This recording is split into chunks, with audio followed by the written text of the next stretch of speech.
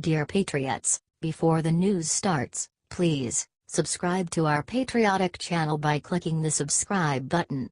Give us a thumbs up to this video. Don't forget to leave your opinion below in the comments section. Share the news on Facebook and Twitter so you friends see it. Thank you. Oh, Mike Pence got together with this bunny to make an adorable announcement. Vice President Mike Pence is a huge animal lover and has quite a few pets: 2 cats, Hazel and Pickle, 1 dog, Harley, and a rabbit, Marlon Bundo, named after actor Marlon Brando, of course. He's often been spotted with his pets, and when one of his cats, Oreo, died this summer, the VP's wife Karen Pence released a sad statement. Now it gets better. Karen, Pence's daughter, Charlotte Pence, and the vice president himself have teamed up with little Marlon Bundo to create a children's book a day in the life of the vice president. Cute, right? Bundo, the official BOTUS bunny of the United States, will be pictured following VP Pence around on his official duties. Karen Pence, a talented and award-winning artist, provided the watercolored portrayals of their adventures. Daughter Charlotte wrote the story. And it gets even better. Some of the book's proceeds will go towards 821, an organization that battles human trafficking, and 2 art therapy programs, a cause Karen Pence is passionate about and has chosen as her platform. Sounds like it's going to be a great book, and the subject couldn't be cuter. No doubt kids will be entertained and learn a thing or two about American government. Love bunnies? Love our VP? Share it out. HDCNN.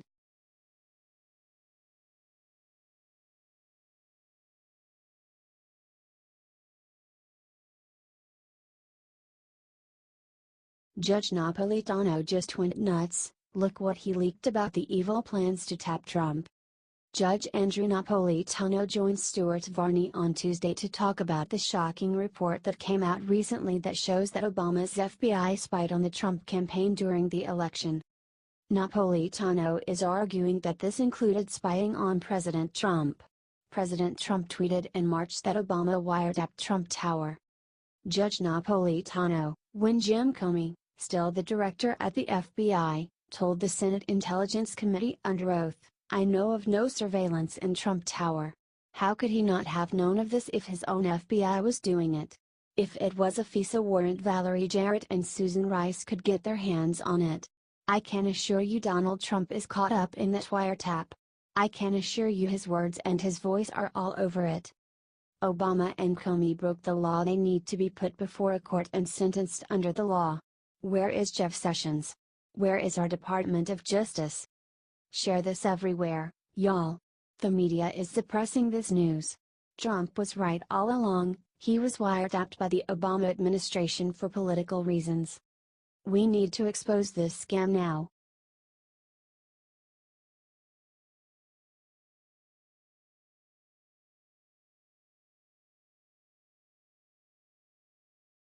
Rex Tillerson just gave a stone-cold stare into the camera and buried Obama's legacy.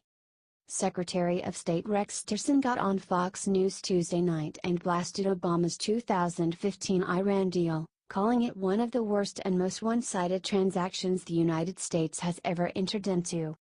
Then he started into the camera and said something we've all been waiting for: it really has to be revisited. Finally, we have people in charge who both understand that this deal is terrible and are ready to act on it. Tillerson said the most obvious problem with the Iran deal was a stipulation that most of the key restrictions currently being imposed on Iran would be lifted in 2030, called the Sunset Clause. Tillerson said the conditions would mirror those that allowed North Korea to acquire nuclear weapons. Unfortunately, this is what U.S. governments in the past did with North Korea. They just simply entered into agreements that were short-lived or were easily cheated on. He added that Trump is thinking along similar lines, which the president has said himself multiple times. And I think that's the president's assessment of the Iranian nuclear agreement, is that it's not a stiff enough agreement, it doesn't slow their program enough, and holding them accountable is difficult under the agreement. Obama negotiated the deal in 2015 with the US, Russia, China, France, Great Britain, and Germany. It's amazing how things are now full circle and we have an administration ready to work to make it right. Love Trump and his team? Share it out. HT Fox News.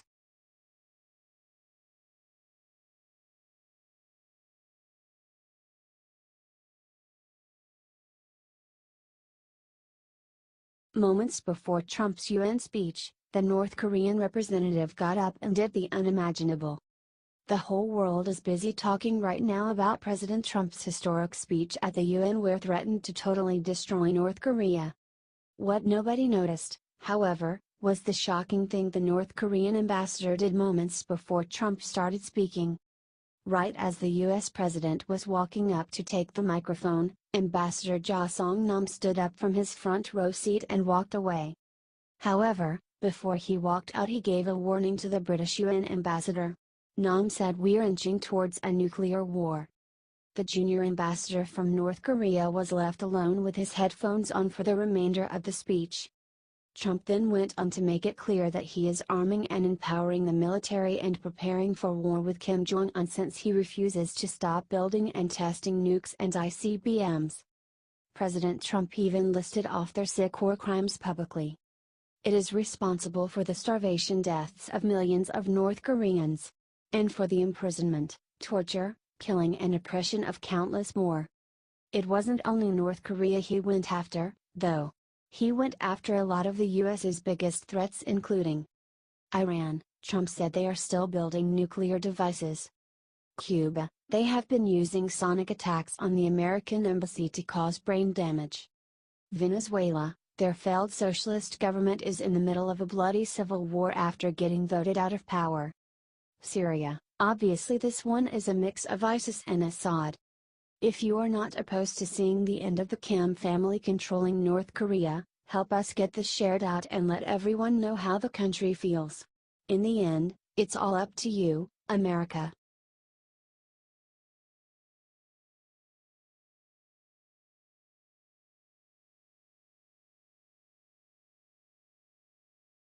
Unleashed right after California passed sanctuary state bill, Sessions went ballistic like never before.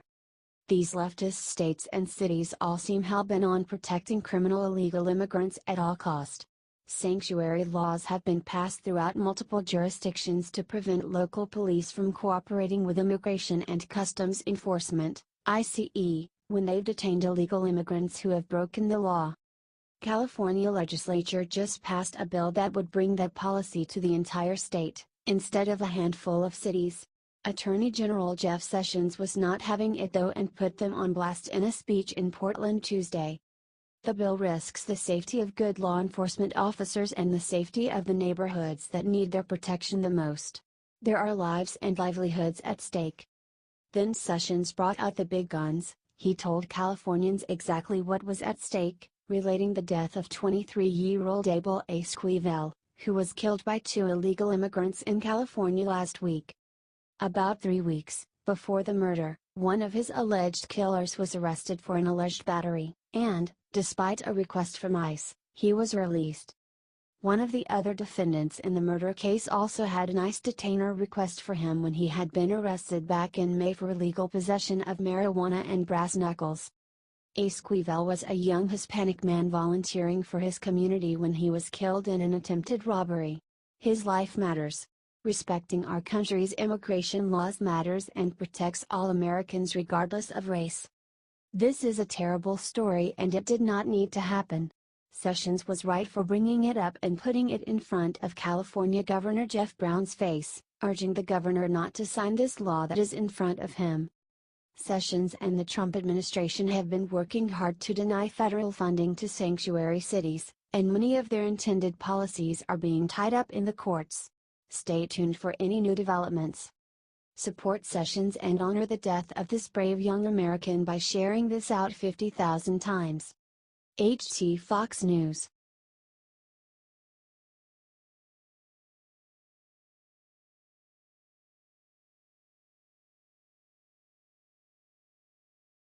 Lock them up. 3 dirty Democratic congressmen arrested for doing something sick outside Trump Tower. If ever there was a case of Democrats showing their complete disrespect for law and order, this is it. 3 Democratic members of Congress have been arrested on disorderly conduct charges during a protest outside Trump Tower.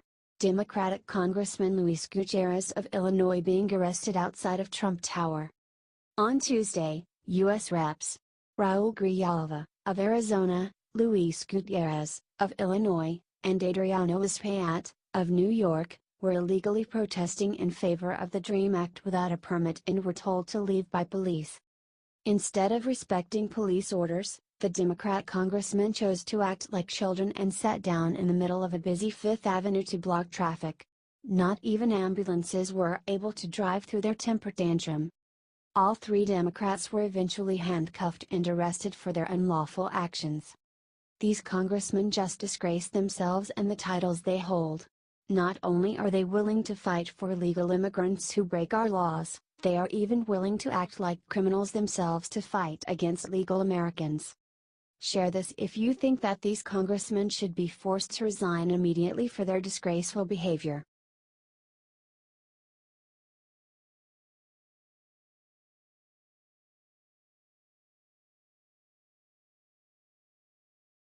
Venezuelan official insults Trump, accidentally gets hit with Trump's secret weapon.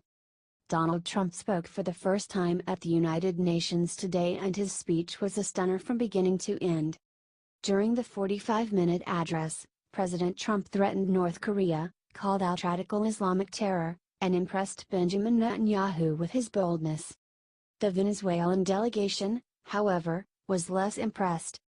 For a moment we didn't know if we were listening to President Reagan in 1982 or President Trump in 2017, said Venezuelan Foreign Minister Jorge Arreza when asked about the president's remarks. Of course, Arreza meant the comparison as an insult related to Reagan's racist and supremacist theory. We Americans see it differently. Reagan remains the most popular president of the modern era because he embodies peace through strength. Now, Trump is emulating Reagan's approach, and the results are poised to be just as spectacular. If his foreign policy is being compared to Reagan's, particularly by socialist nations, then Trump is obviously doing something right. Share if you are proud of this insult to our president.